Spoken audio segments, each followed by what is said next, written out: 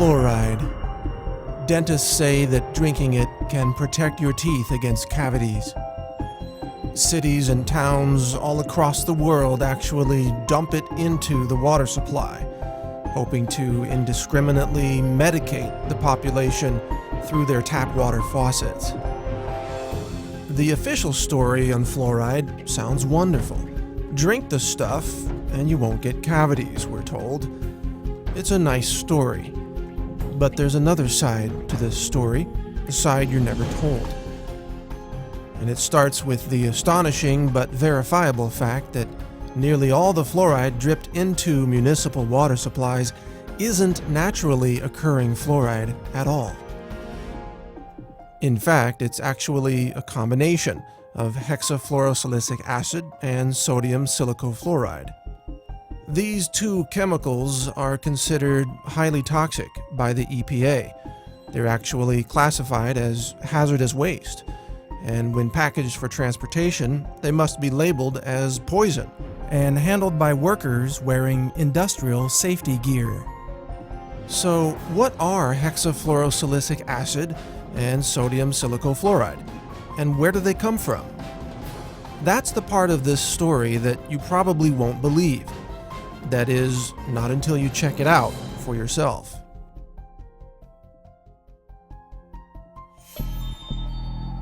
Because the more you look into the mythology of fluoride, the more bizarre this story becomes. And this bizarre story begins at phosphate mining companies. Phosphate is an important mineral used in fertilizers. It's mined from natural rock deposits scattered across the world, and the phosphate rock is then refined to produce phosphoric acid. If that name sounds familiar, that's because it's one of the main ingredients in carbonated sodas, such as Coke and Pepsi. Phosphoric acid is often compared to battery acid. It's a highly acidic liquid that is believed to be the primary reason why drinking sodas can result in kidney stones and a loss of bone mineral density. Phosphate rock is also used to create fertilizers. The problem is phosphate is often contaminated with high levels of fluoride, as much as 40,000 parts per million or up to 4% of the raw ore.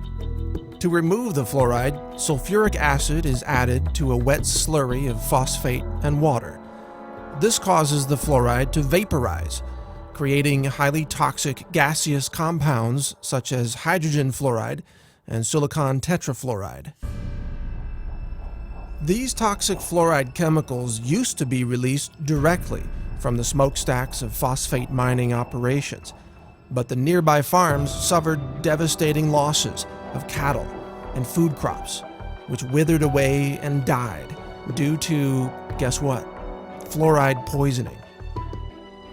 In order to stop this environmental destruction, the phosphate mining industry put in place a way to capture the toxic fluoride chemical vapors so that they wouldn't be released into the air and kill the surrounding livestock and vegetation.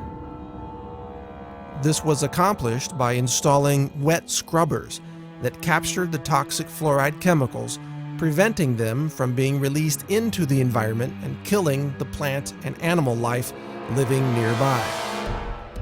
It is from these wet scrubbers that toxic fluoride chemicals are now harvested.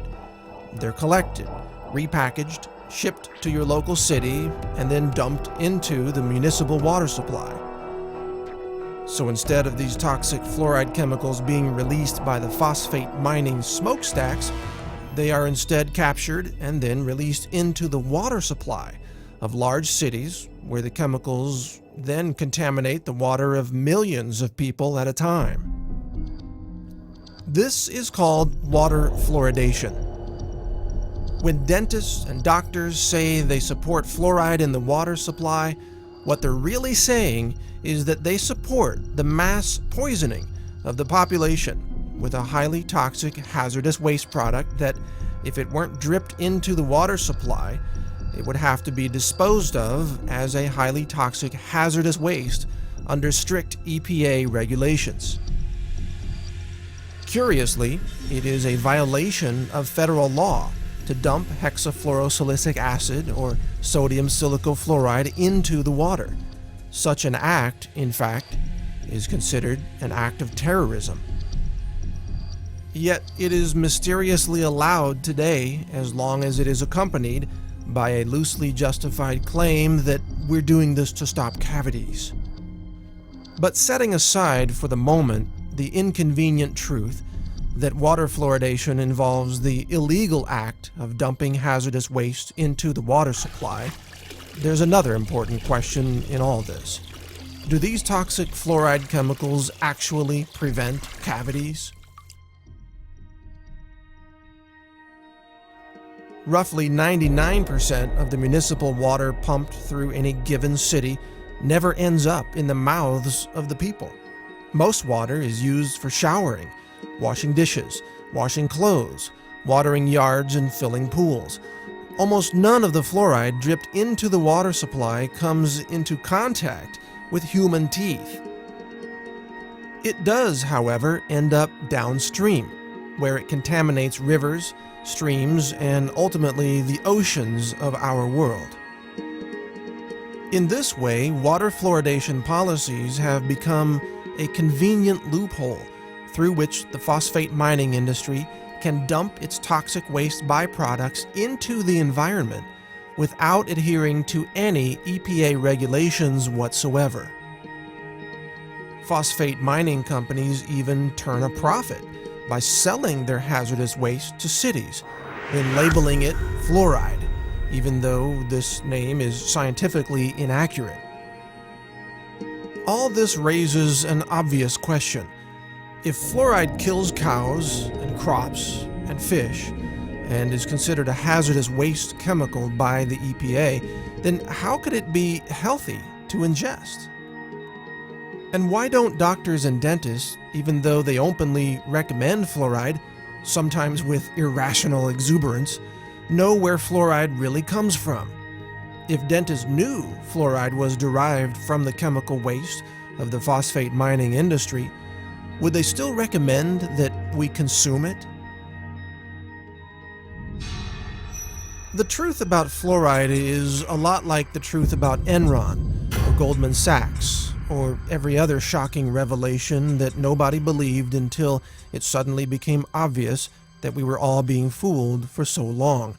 Fluoride is a clever scheme where a hazardous waste chemical is dumped into the environment by passing it through the bodies of people first. We, the people, have become the toxic waste dump site of the phosphate mining industry, and chances are your local dentist fully supports this entire process. Over the last several decades, an astonishing 24 studies have established a statistical link between fluoride exposure and low IQs in children. One study conducted by the Center for Endemic Disease Control in China found that each additional milligram of fluoride detected in every liter of a child's urine was associated with a 0.59 point decrease in their IQ score. Another study found that fluoride exposure slashed the number of children achieving high IQs by more than 70%. It shouldn't be surprising, of course, to learn that consuming a hazardous chemical might impair brain function. Water fluoridation, it turns out, may be the root cause of the alarming drop in academic aptitude among children in first world nations. Historically speaking, the mathematics that were taught to 8th graders in the 1950s are now college-level courses in 2011. Maybe the reason why Johnny can't read or spell is because Johnny's been drinking too much fluoride. So I have 3 bits of advice for you. First, for your dental needs, always seek out a holistic dentist who understands the toxicity of fluoride and mercury. They will advise you not to drink toxic fluoride chemicals from your tap water. Secondly, don't drink unfiltered tap water. In addition to the toxic fluoride chemicals, tap water is also usually contaminated with chlorine and even dangerous elements from old water pipes. Buy a good countertop water filter from a company like Aquasana, or get a whole house filter to remove chlorine and fluoride from the water entering your home. Thirdly, help fight water fluoridation in your local city or town. If your city is like most cities, water fluoridation policies have been pushed by dentists and doctors who are technically ignorant of the origins and composition of fluoride, and yet they seek to assert power over the composition of your local water supply. They essentially attempt to mass medicate the entire population with what can only be called a drug, a biologically active chemical that they claim can prevent a health condition. And yet, has this drug called fluoride ever received FDA approval as a drug? Have the individual members of the population been individually assessed for their need for such a drug? Have medication doses and drug interactions been considered? Has anyone even been written a prescription for this drug? The answer is no. Fluoride is an unapproved drug being used in a highly illegal mass medication scheme that provides an excuse for the real agenda of disposing of a highly toxic, hazardous waste chemical. It's time to stop fluoride. Demand an end to fluoridation in your local cities and towns. Call for those who purchase and handle fluoride to stop what they're doing. Question the safety of these toxic chemicals being dripped into the water supply. These are actions that endanger the public. They could be called acts of terrorism. And publicly shame the doctors and dentists who have taken part in this mass chemical poisoning, causing untold harm to populations all over the world. Help us stop the fluoride poisoning of our world. Learn more at naturalnews.com. Join the Facebook group No Fluoride. See more videos about fluoride at naturalnews.tv. Visit fluoridealert.org and other anti-fluoride websites that are working to end the fluoride poisoning. Together, with your help, we can end the era of fluoride in our world and protect our children from this industrial poison. Thank you for listening. This is Mike Adams, the Health Ranger, reporting for naturalnews.com and the nonprofit Consumer Wellness Center.